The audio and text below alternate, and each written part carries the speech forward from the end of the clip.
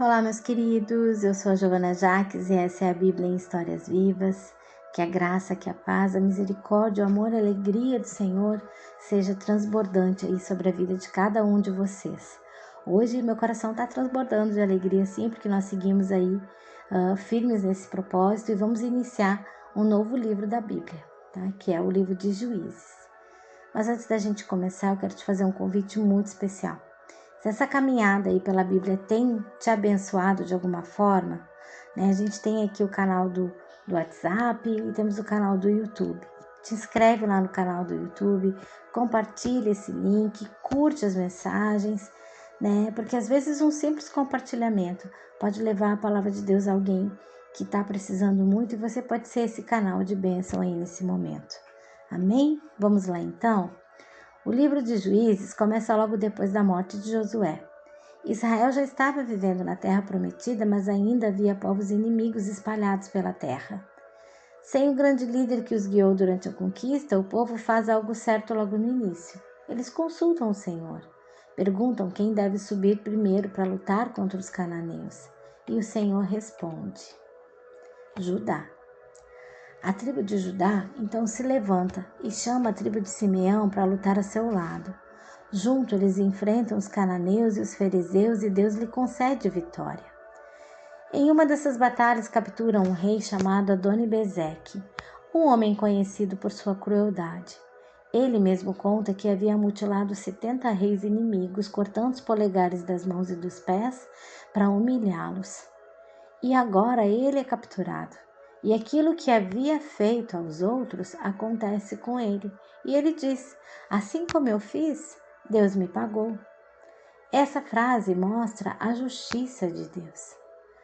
Depois disso, Judá continua avançando. Conquistam Jerusalém, derrotam os inimigos em Hebrom e seguem para uma cidade chamada Debir. É aqui que reencontramos Caleb, aquele homem que mesmo com 85 anos ainda demonstrava uma fé viva. Caleb havia prometido que o homem que casasse, que conquistasse Debir, poderia se casar com a sua filha Axa. Então quem aceita o desafio é Otoniel, seu sobrinho. Ele vence a batalha e recebe Axa como esposa. Axa então pede ao pai uma bênção especial. A terra que receberam era boa, mas precisava de água. Ela pede fontes de água e Caleb lhe concede não apenas as fontes de baixo, mas também as fontes de cima. Um detalhe simples, mas cheio de significado, porque eles sabiam que sem água a terra não poderia produzir vida. As conquistas continuam sendo relatadas, mas algo começa a aparecer repetidamente no texto. A Bíblia passa a dizer frases como: mas não expulsaram os habitantes da terra. Algumas tribos venceram batalhas, mas não terminaram aquilo que Deus havia ordenado. Em vez de expulsar completamente os povos que viviam ali, muitos israelitas permitiram que eles continuassem na terra, às vezes colocando eles apenas como trabalhadores forçados. Mas aquilo que parecia uma solução prática abriria a porta para problemas muito maiores no futuro. E no capítulo 2, algo marcante acontece quando o mensageiro do Senhor relembra ao povo tudo o que Deus havia feito por eles. Foi Deus quem os tirou do Egito, quem os conduziu pelo deserto e quem os trouxe até aquela terra prometida. O Senhor havia dito que nunca quebraria sua aliança com Israel, mas o povo havia feito alianças com os povos da terra e permitido que os seus deuses permanecessem entre eles. E então vem uma pergunta muito triste: por que vocês fizeram isso? Como consequência, Deus diz que aqueles povos permaneceriam ali, como uma prova para o coração de Israel. Enquanto Josué e os líderes daquela geração estavam vivos, o povo ainda permaneceu fiel. Mas a Bíblia registra que uma nova geração se levantou, uma geração que não conhecia o Senhor, nem o que ele havia feito por Israel. E quando isso aconteceu, o povo começou a se afastar. Passaram a adorar Baal e Astarote, deuses das nações ao redor, abandonando o Deus que havia libertado seus pais. E então começa um ciclo que veremos muitas vezes no livro de Juízes. O povo se afasta de Deus, enfrenta a opressão, clama por socorro e Deus levanta alguém para libertá-los. E esses libertadores ficaram conhecidos como os juízes. No capítulo 3, esse ciclo aparece pela primeira vez. Alguns povos permanecem na terra para testar Israel, para revelar se o povo continuaria obedecendo ao Senhor. Mas novamente Israel se afasta. Então Deus permite que um rei estrangeiro domine o povo. Seu nome era Cusã-Risataim, da Mesopotâmia. Durante 8 anos Israel vive sob essa opressão, até que o povo clama ao Senhor. E Deus levanta o libertador, Otoniel, o mesmo homem que havia conquistado Debir.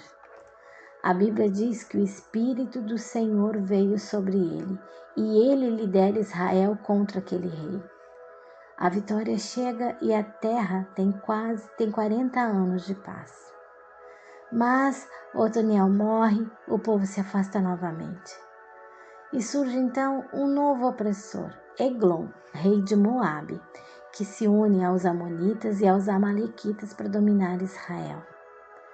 Durante 18 anos o povo sofre sob esse domínio. Mais uma vez Israel clama ao Senhor. E Deus levanta outro libertador chamado Eude. Eude tinha uma característica curiosa, ele era canhoto. Ele prepara uma espada curta e a esconde do lado direito do corpo, um lugar onde normalmente os guardas não revistavam. E quando vai entregar tributos ao rei Eglon, ele pede uma audiência particular dizendo que tem uma mensagem secreta. Quando o rei se levanta para ouvir, Eude saca a espada e derrota o opressor. Depois foge, convoca o povo e lidera Israel contra os moabitas. A vitória vem novamente e a terra tem 80 anos de paz. No final do capítulo aparece ainda um homem chamado Sangar. A Bíblia conta apenas um detalhe sobre ele, mas é um detalhe impressionante. Ele derrota 600 filisteus usando apenas uma guilhada de bois, uma ferramenta simples usada no campo. Mais uma vez, Deus usa alguém improvável para trazer libertação.